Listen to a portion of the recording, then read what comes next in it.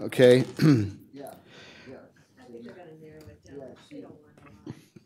Cuyahoga County Public Works Procurement and Contracting Committee meeting for Wednesday, December 4th, 2019 will be called to order. Roll call, please. Calling the roll, Mr. Tillman. Here. Mr. Miller. Here. Ms. Conwell. Here. Mr. Schron. Mr. Schron is absent at the moment. Ms. Baker. Here. There is a quorum. Okay. Madam Clerk, is there any public comment this morning? No, Mr. Chair, no one is signed in. Okay, and if I could have the approval of the minutes from the November 20th, 2019 meeting, please. Move approval. I have a motion and a second to approve the minutes from November 20th, 2019. All those in favor say aye. Aye. Aye. Opposed, nay. The ayes have it. And Madam Clerk, if you could please read the first of, I think, what is it, 40 pieces of legislation? If you could read the first. We'll start with the first. Resolution number 2019-0245, approving the Metro Health System's policies and procedures to participate in one or more joint purchasing associations. Okay. And we have somebody here to speak on behalf of this. Yeah, okay. You just come up and you speak. You turn the mic. We'll turn the mic on for you, but you just speak into the mic. It's got to be recorded and all that fun stuff. So make sure you okay, and if you could just state your name for the record. Name Justin Gallo. Okay, and you're here to speak on behalf of the legislation. If you could just explain what this piece of legislation is about. Absolutely. So Resolution 19322 is the participation of the group purchasing and joint purchasing organizations so that we can continue to be cost stewards for the county. Okay. Any questions or comments from my colleagues? Mr. Miller? Just a comment. This is an item that comes up every year. It's a routine authorization that's required under state law. And the question that always comes up is, why can't we authorize this for 5 or 10 years or in perpetuity? And the answer comes back that the Ohio Revised Code specifically says that we have to authorize it again every year. So okay. So that's all there is to it. Okay, thank you for that bit. Anything else? Okay, with that, as far as the timeline on this, what timeline are we seeking here? If it has to be done this year, I'm guessing we'll have to do this under suspension. It would be a 2020 approval. I'll move that we recommend passage under second reading suspension so that we can have the approval in effect before January 1. I'll second that. All those in favor of second reading suspension, say aye. Aye. Opposed, nay. The ayes have it. And thank you. Thank you for being here. Okay, Madam Clerk, next resolution. Resolution number 2019-0267, declaring the necessity to transfer $998,131 in unexpended funds in the District Water Line Fund to the District Sanitary Fund and District Stormwater Fund. Okay, and if you could state your name for the record. Nicole English with Public Works. So we're just executing this on behalf of the City of Parma. They made a request to us in order to transfer the funds that they had in their water line fund because they have recently signed on to Cleveland's water agreement, and so they've released their ownership and maintenance responsibilities of the water lines to the City of Cleveland Water Department. So now, while they've been collecting funds in the water fund, they have almost just under $1 million that they now want to redirect into sanitary and storm. And in order they passed a resolution asking us to do that, we now have to pass a resolution, and then the funds can be moved. Okay, so just to clarify, those funds are going from where to where? So they're going from the District Water Line Fund to the Sanitary Fund and the Storm Fund, 70% to the sanitary and 30% to the stormwater. And that, again, is all requested by the city. They determined those percentages. Okay, so it goes from the District Water Line Fund to the Storm and Sanitary Fund. Correct. Okay.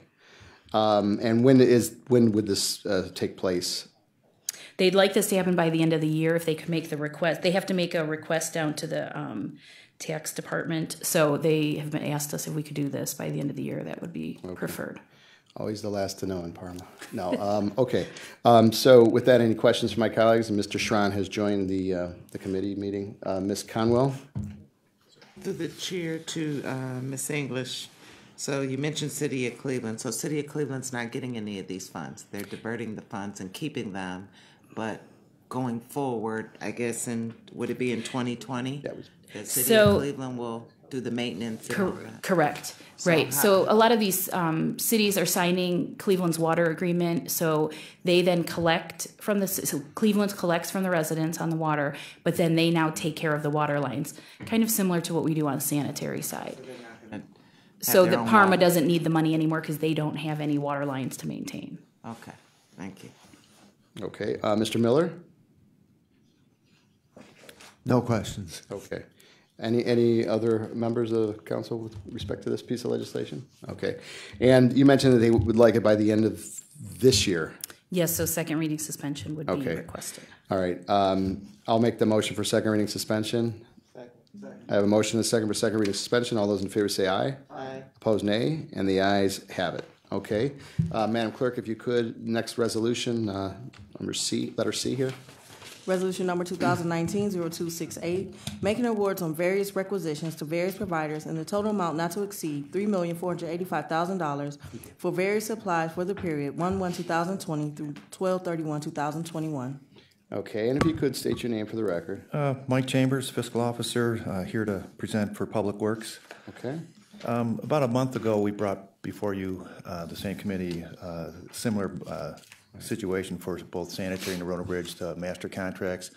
The overall goal was to try and obtain better pricing. At the same time that was going on, the facility section was also, we had RFPs out. Obviously, the facility section, a lot more complicated. It took us a little bit longer to get everything together with all the forms.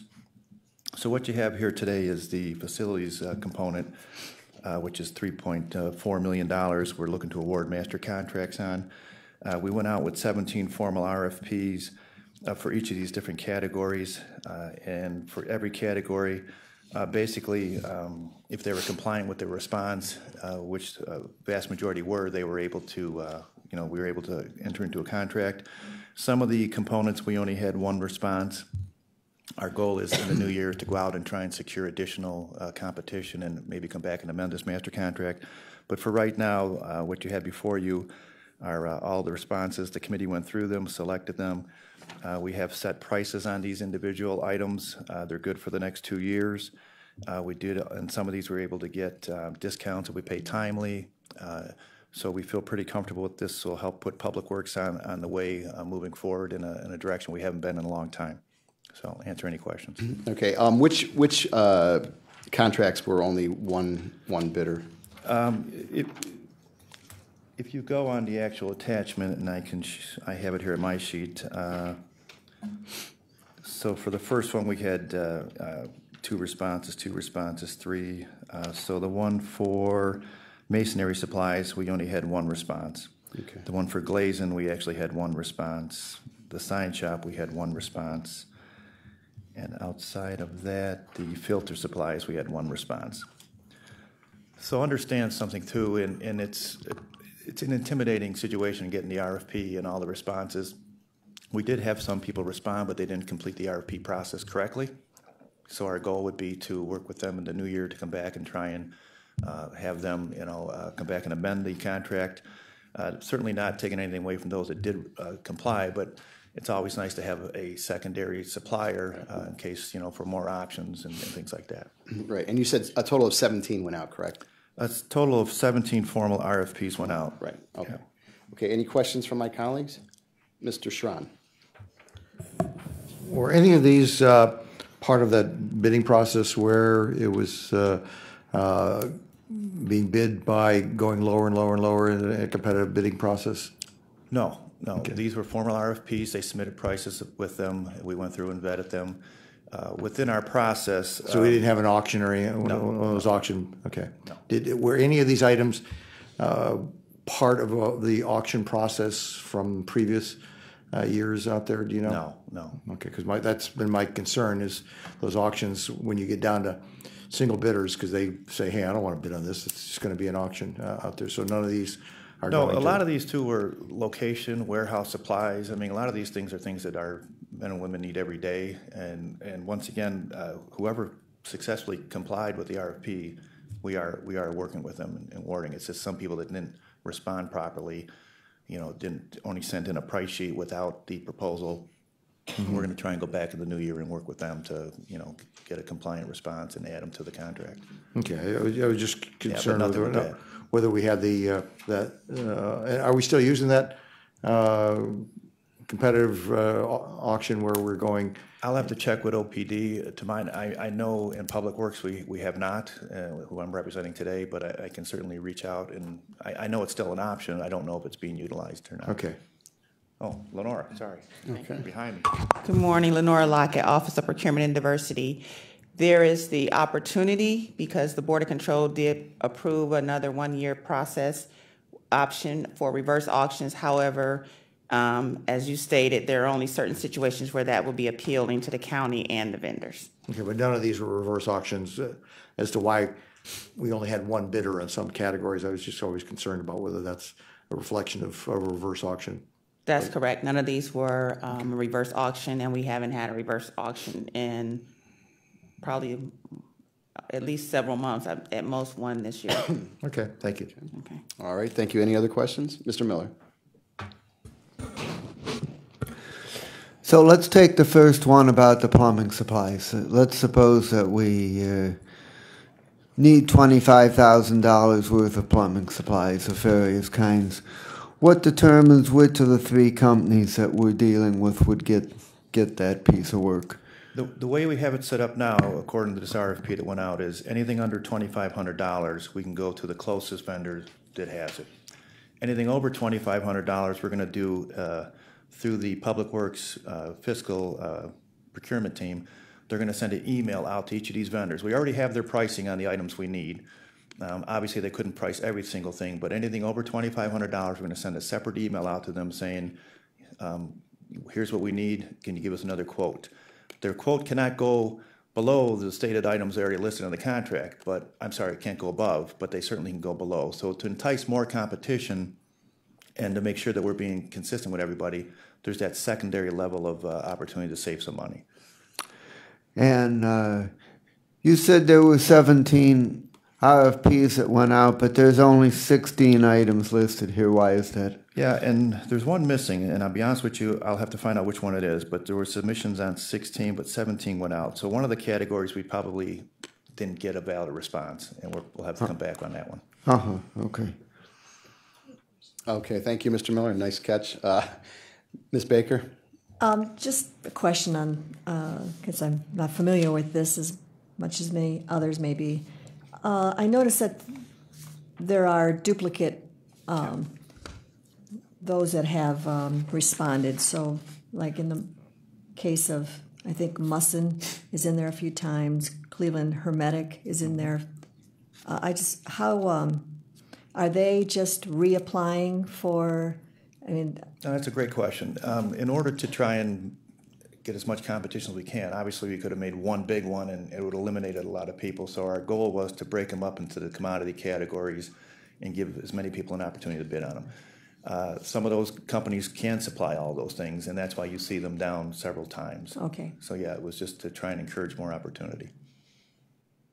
If I may just follow up, do you think that you're getting enough of a mix of people if you weren't having duplicate responses? Do you have enough of a mix of companies applying if you were to take out all the duplicates? Once again, this is the first time we did this before, Okay. and my focus for the new year, or Public Works focus for the new year, will be to look at the areas where we only had one response and try and go out there and get, amend this contract to add more. Okay. And once again, it was our first stab at trying to put all this thing together to try and streamline and reduce on the DOs and POs that come before the Board of Control, and get in some lock pricing, some lock savings if we pay timely, things like that. Right. So yeah, I'm happy with the response we got, but I certainly like to see it grow. Right. And it's not just those with one response. I was just curious about those that are responding many times. Yeah, That's all. And to be honest with you, there's probably going to be more categories as well that we want to start adding to this thing and eventually, grow this to.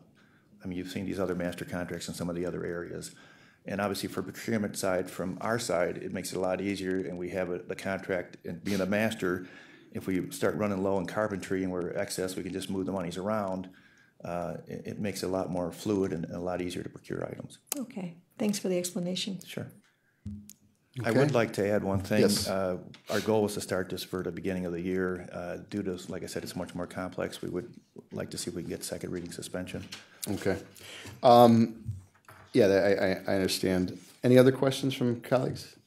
Okay, seeing none, I'll make that motion for second reading suspension so we can get these things moving along. Second. We have a motion and a second for second reading suspension. All those in favor say aye. Aye. Opposed, nay. The ayes have it. All right, thank Okay, you. thank you. And Madam Clerk, if we could read the next legislation, piece of legislation is D on our list here.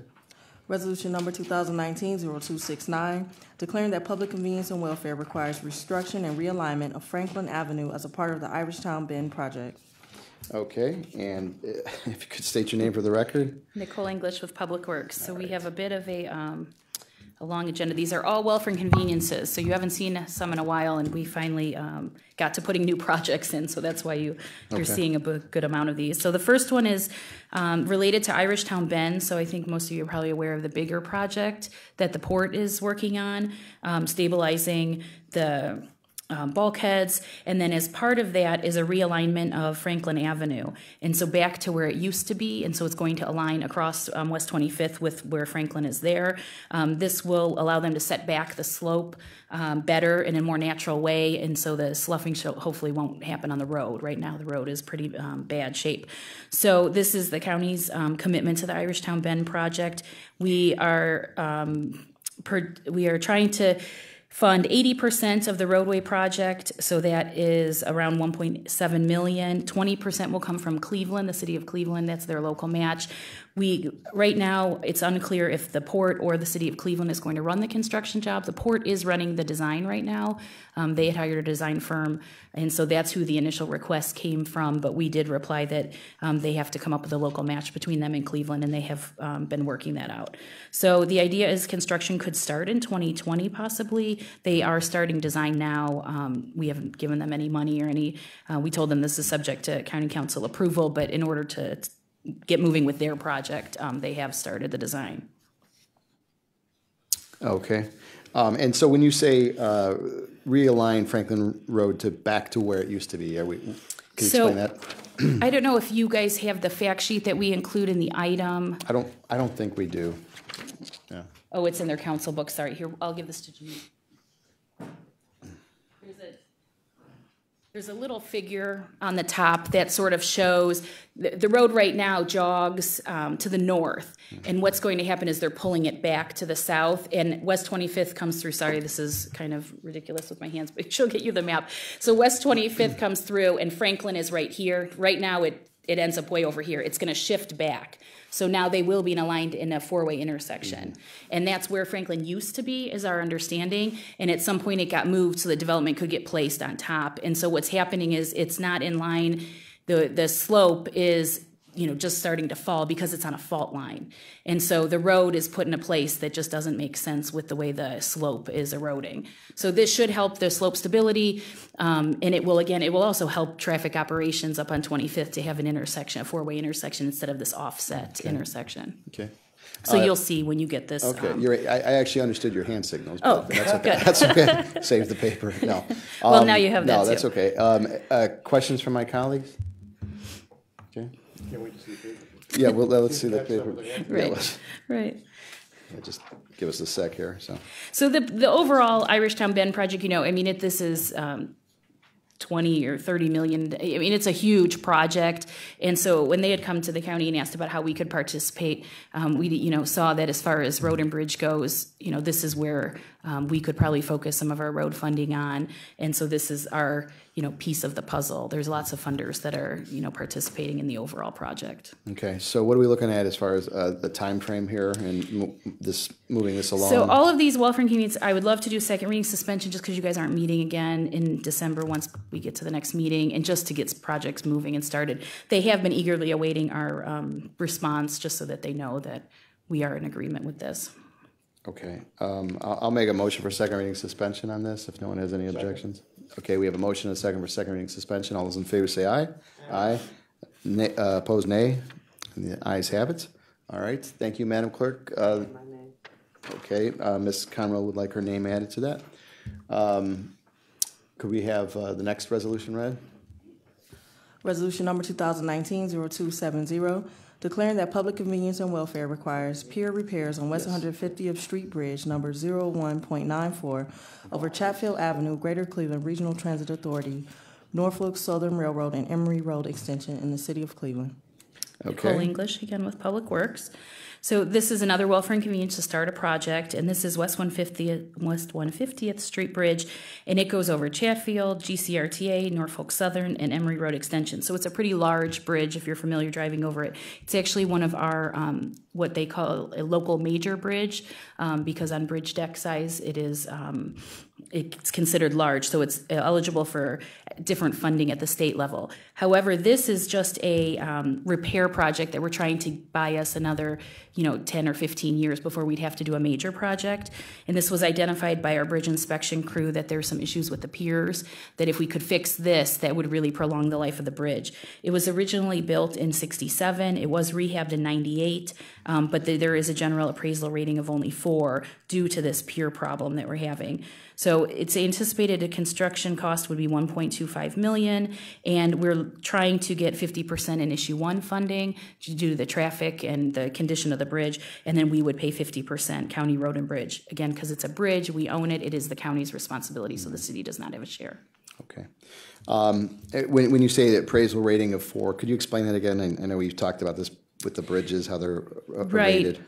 So the lower the appraisal rating, the worse it is, right? So it goes up to 9 is the highest, and 4. Generally, if a bridge is 4 or 5, we're starting to look at needing to do something with it. Okay. Questions on this, Mr. Miller? Are we expecting that construction can be entirely completed in 2020? That is the hope. So you may recall, just on Board of Control, I'm trying to think if it was just 2 days ago, but we had a railroad agreement on this. Right. So it already started talking with the railroad, being able to have them review our designs and everything. So the design is fairly simple because it's a repair. It won't take a ton of time when we're doing it in-house. So that is the idea. And, Mr. Chairman, I would like to have my name added, please. Okay, if we could please add Mr. Miller's name to this. Any other questions or comments? Okay, seeing that, I see it's snowing outside. Okay, and obviously if we're looking to move this along in 2020 and get this done by 2020 with one council meeting, I'll make the motion for second reading suspension. Second. We have a motion and a second for second reading suspension. All those in favor say aye. Aye. Opposed, nay, and the ayes have it. And Madam Clerk, the next resolution. Resolution number 2019-0271, declaring that public convenience and welfare requires replacement of Shady Road culvert number C-02.00 over Busby Ditch in Olmsted Township. Okay. Nicole English with Public Works again. So this is starting a project for Shady Road Culvert. This is in Olmsted Township. You may recall, since it's in Olmsted Township, it is ours to fix, even though it's a culvert, not a bridge. So that's why we are responsible to fix it at this time. It's got a general appraisal rating of 5. The estimated construction cost is about $600,000. It was built in 1981, so it's coming about the time. We've presented a good amount of these Olmsted Township culverts over the last year. They've kind of come in groupings, and I think that the reason is a lot of these got constructed around the same time. These developments were built, in the early 80s, and now they're all sort of coming up. So that's why you've probably seen an influx of townships culverts that we've been coming forward with. So we are designing these with a consultant in-house now, and we hope to sell this next year. Okay. Questions or comments on this legislation? Okay. Seeing none, again, I know you're trying to move this along as well, so we'll make a motion for second reading suspension here. Second. I have a motion and a second for second reading suspension. All those in favor say aye. Aye. Aye. Opposed, nay. Ayes have it. Next piece of legislation, please, Madam Clerk. Resolution number 2019-0272, declaring that public convenience and welfare requires gusset plates and steel repairs on Hillside Road Bridge number 03.81 over the Cuyahoga River in the City of Independence and Village of Valley View. Okay. Nicole English again with Public Works. So this is starting up a project on Hillside Road Bridge.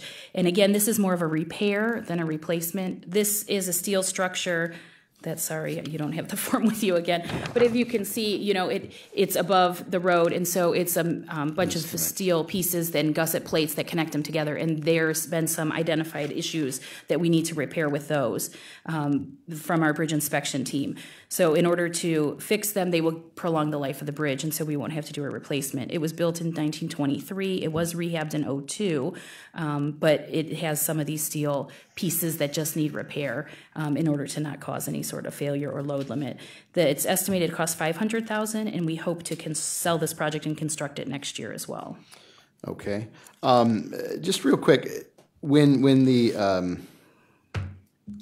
what do you call when the people who are doing the ratings on these are going bridge out? inspection Yeah, team. I mean, when do they start this? At the beginning of the year, or why Yes. do we get all this in like now? I'm just So asking. they do inspect all year, but when the weather is nicer, right? So they're inspecting bridges mostly in the spring and the summer, then they're reporting and filling out their reports. We do program the bridges based on that. It's not like this summer they came out and said, oh, you know, it's an emergency, hurry up and do it. We have planned for some of these. It's just a matter of, you know, we're selling a lot of projects through the summer. This is sort of our time to concentrate on getting ready for the next year. Okay. So that's why you're seeing a grouping. No, so it's kind of a Process, process. maybe, through. Okay. Any other questions on this? Okay, seeing none, I'll make a motion for second reading suspension. And we have a motion and a second for second reading suspension. All those in favor say aye. Aye. Opposed, nay. Ayes have it. Okay, Madam Clerk. Resolution number 2019-0273, declaring that public convenience and welfare requires rehabilitation of St. Clair Avenue Bridge number 04.44 over Dome Brook in the city of Cleveland. Okay. Nicole English with Public Works again. I think we're almost through. A couple more. This one is St. Clair Bridge over Dome Brook. So this is sort of by MLK, you know, as you go through Rockefeller Park. And it's one of the old stone bridges. This bridge has been on our books as something we needed to look at for a long time, and we've been struggling with just it's historic, it's in the park, how you're going to fix it. And so we finally, I think, have come up with a solution to move it forward. We did receive 80% federal funding through the County Engineers Association on the bridge, and so we are putting in 20% of the funding. This has a general appraisal rating of 3, so it's definitely, you know, on one of sort of the worst of our bridges that we have in our inventory. The total cost is around $2.7 million for the bridge, and we are planning to construct this one in 2021. 2021. Okay. Yes. When you say it's historic, I mean, is it one of those that qualify for federal funding because of that, because of the historical? It didn't get federal funding for that. The condition of it is what got it the federal funding through the CAO. But we are having to, you know, do a little bit of extra environmental work that you have to prove you're not hurting the historic nature of the bridge. We have to, you know, look at what we're doing to fix it. You can't just go in and knock it down and replace it. Okay. So it's just a little more sensitive, and it costs a little bit more. Okay, so as this one is set to begin work in 2021, can we do full Sure. 3 readings on this one then? Okay, any other questions? Well, we'll start with Mr. Schron and then Ms. Conwell. You indicated that it's 80/20. Does the 2.6, does that represent our, the total value? So our cost out-of-pocket is is going to be right around $500,000? $535, I have estimated. Yep. Sure, okay, thanks. That's a good question. Okay, Ms. Conwell? Okay, through the chair to Ms. English. Is this the bridge that is closer as soon as you get off the expressway where? It is as you go south, but it's not the big bridge over MLK. It's sort of next to it over Dome Brook. So it's kind of a tiny structure. I'll show you this. Yeah, because there's when you're driving down MLK, there's 3 of these stone bridges. Oh, there's several. Yes, yeah. but this is a tiny one. The road is Oh, okay. Okay, so it's actually over the water. correct. Okay. Yes, not over the road, not the huge one. Over So when was this built? I just gave you my sheet. What does it say up there? Sorry. Everything's on there. 18 something. Is it up there? You can read that. Oh, prior to 1898. Okay. Do you want this? No, you Right. It does not. So what is the mechanism for those other bridges that are similar to that but are actually on the roads? Because there's about 3 or 4. So I don't know if they're all county they all bridges look because old. they depend on what road goes over them. So I think a few of them are county bridges, but not all of them. But if they are, we inspect them, and they're on our program just as well as this But we one. inspect them anyway, right? Well, because Cleveland's, we do have a contract to inspect all their bridges, so we do, but we're not responsible for all the Cleveland bridges. Okay, thank you. Okay. Any other questions? Ms. Baker has a question? Just in general, a bridge that's built before 1898, and we're investing, or at least what's being invested is 2.6. How long is that bridge now good until we have to go back and put more money in it? Is this long-term repair? Are all of these bridges long-term repairs, or are they just assessing the immediate need? So the couple that we talked about, the pier replacement, the steel gusset plates, those are really just repairs to get you maybe another 10, 15 years. But the ones that we tell you are replacement or rehabilitation, the idea is to get you another at least 50 years. Really? If it's total replacement, it could be upwards to 75. The way I believe our design consultants are looking at this one is putting sort of some kind of liner under this that will then support the stones. So sometimes we have to be creative with these historic bridges similar to North Main Street, what we're going to try to do over in Sugar and Falls. Because, like you said, it's built so long ago, and we don't even have record plans on it, so you got to be careful what you do. But the intent is to be a long-term fix for this one. All right, thank you. Okay. Any other questions? All right. Ms. Conwell would like her name added to this piece of legislation as well. And I'll make a motion to put this on for second reading for the next council meeting. Thank you. Could I second? Okay, we have a motion and a second for second reading. All those in favor say aye. Aye. Opposed, nay. The ayes have it. Aye. Okay. Yes. Okay. If we could, the next piece of legislation, Madam Clerk. Resolution number 2019-0274, declaring that public convenience and welfare requires replacement of Green Road Bridge number 07.47 adjacent to Euclid Creek and resurfacing of surrounding roadway in the city of South Euclid. Nicole English with Public Works. So we saved the best for last because this one's a little bit confusing. This is Green Road Bridge, which if you look at it, you probably don't see it unless you're down by the creek, because it's sort of a side hill structure. It's got a combination of some complicated things. It has a sanitary sewer that's running under it that we think has a combined overflow in it that then comes out to the creek.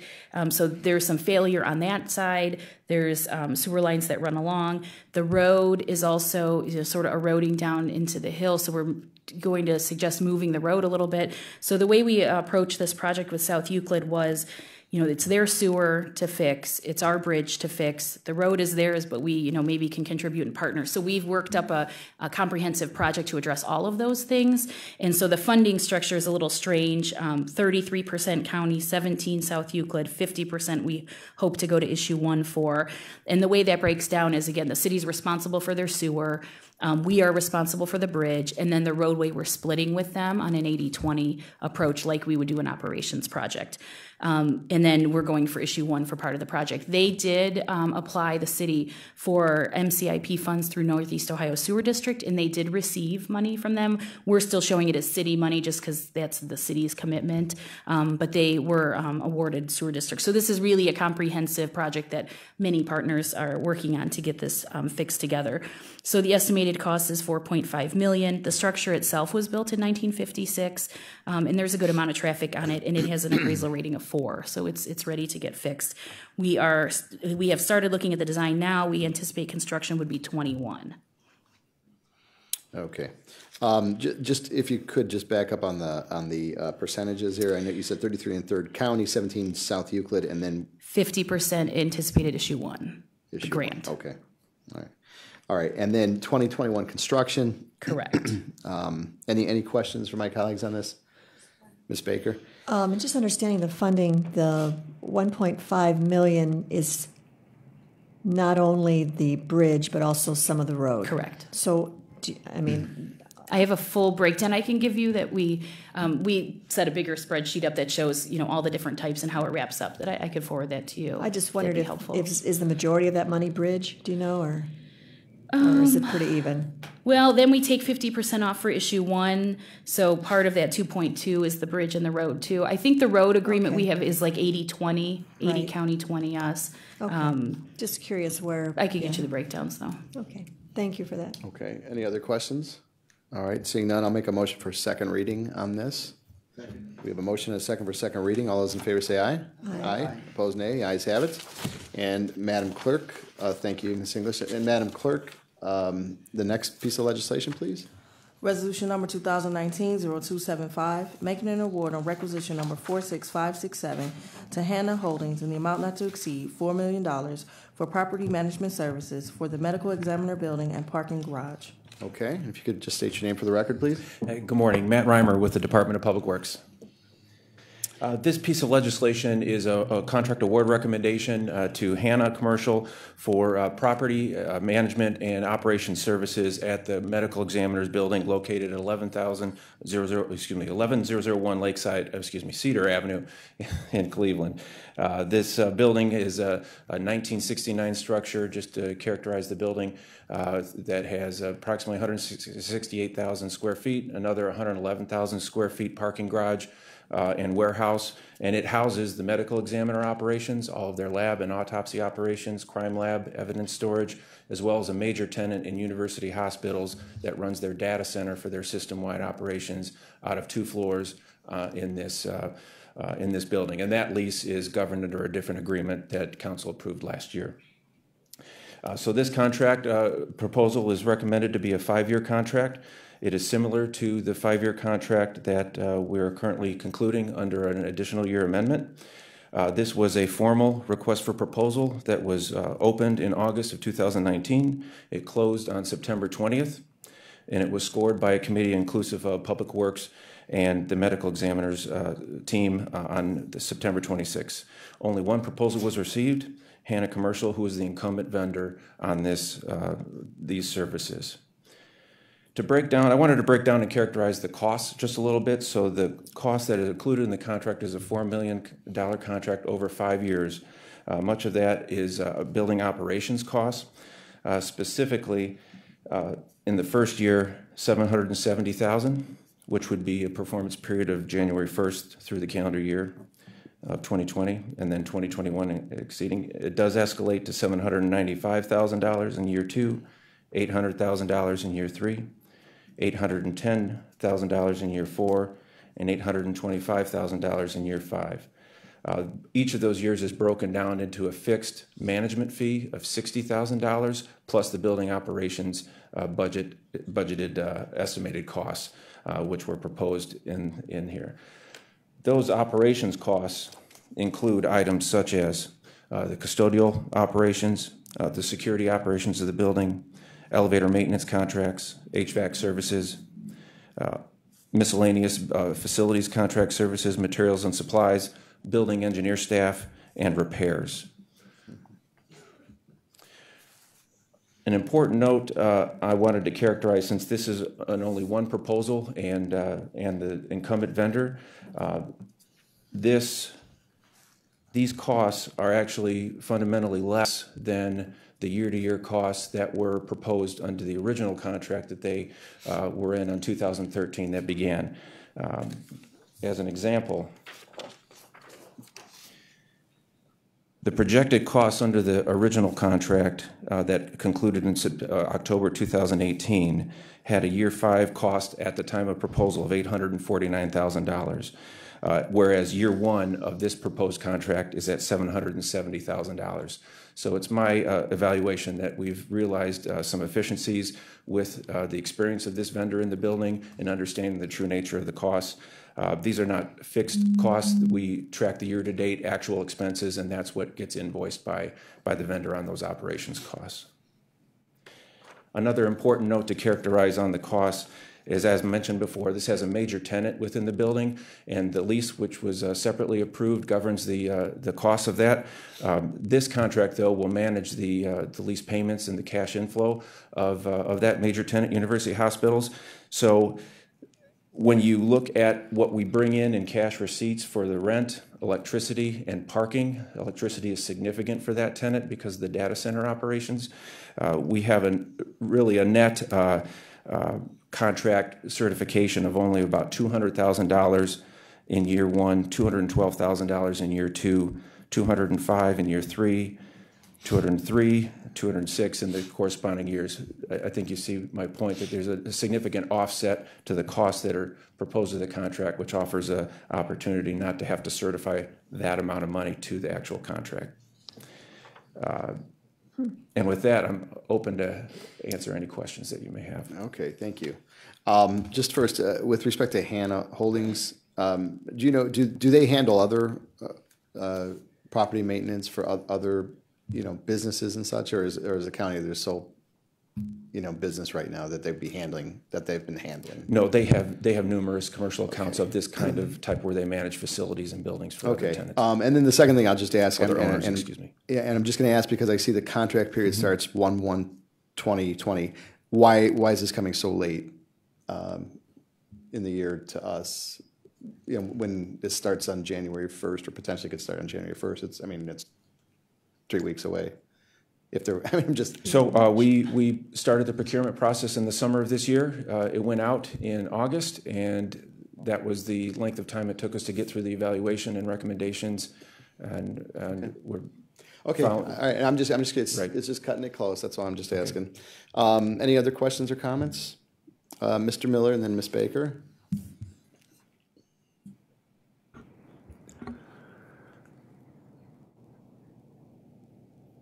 Do we pay the not to exceed amount regardless of costs incurred, or are we billed for the actual costs that are incurred with the provision that they not exceed the amount that's in the contract?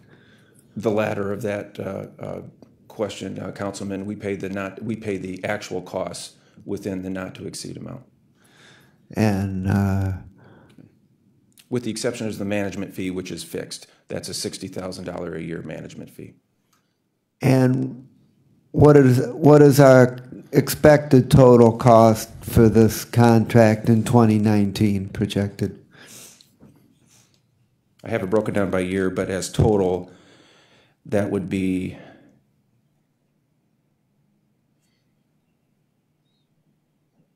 I'm going to round up to about $1.1 million when you consider the offset by the UH cash receipts and their offset of utilities and parking, if they stay at the same level as they are now, plus operations costs remain consistent with what we've seen in the past. So 2019 is, you said, 1.1 million? Perhaps I misunderstood your question, Councilman. That's for the 5-year total. I'm adding up very quickly here the delta between the contract not to exceed and what we expect to have an offset of the tenant costs, and that number versus 4 million is about 1.1 million. I think we're talking apples and oranges. Okay. Let me try the question in a different way. You said that the not to exceed amount for 2020 in the new contract is $770,000. Correct. By way of comparison, how much cost are we expected to incur in 2019? Oh, in 2019. Forgive me. So I have the cash to date flow through October 31st of $710,500 are the expenses to date. So that is consistent with 2 months remaining in the year to account for with the $770,000. So I believe that is consistent with what we're experiencing this year in 2019. And why are we using an outside property manager rather than doing it ourselves? So I have tried to look at this too historically. This is the county acquired this property in the late 90s, as I was briefed, and it has been in some form of private management since that time. It really is a unique building with unique operations and a unique major tenant, and it lends itself well to this sort of approach. It is cost competitive. On a cost per square foot, we're talking about $4.50 a square foot, which is very competitive for these types of services compared to what we could provide with the way we deliver services throughout the rest of the county facilities. And it's been what's been consistent and in place for some time. Okay. All right. Thank you. Ms. Baker? Yeah, just a question on the tenant UH. Yes. Is there any, or have you found there to be differences of responsibilities when it comes to what UH is responsible for within their own space and what the building operations will cover? For example, HVAC system of changing filters, I don't know, maybe repairs within their space. Do you have the specific differences between what a tenant will pay for and what the building operations will pay for? Through the chair to Councilwoman Baker, we can get those. I don't have those in front of me. I will say I have looked at the monthly reports enough to know that they are not out of alignment with what you would expect between our owner medical examiner operation repairs, and there's not a different level of expectation or service with the UH tenant. Perhaps though, that may be something over time we monitor, because they just, with the lease that was put in place last year, that corresponded with a major capital improvement that UH put into their spaces to establish that data center and change their lab spaces into office functionality. So they have a very new space relative to the remainder of the building.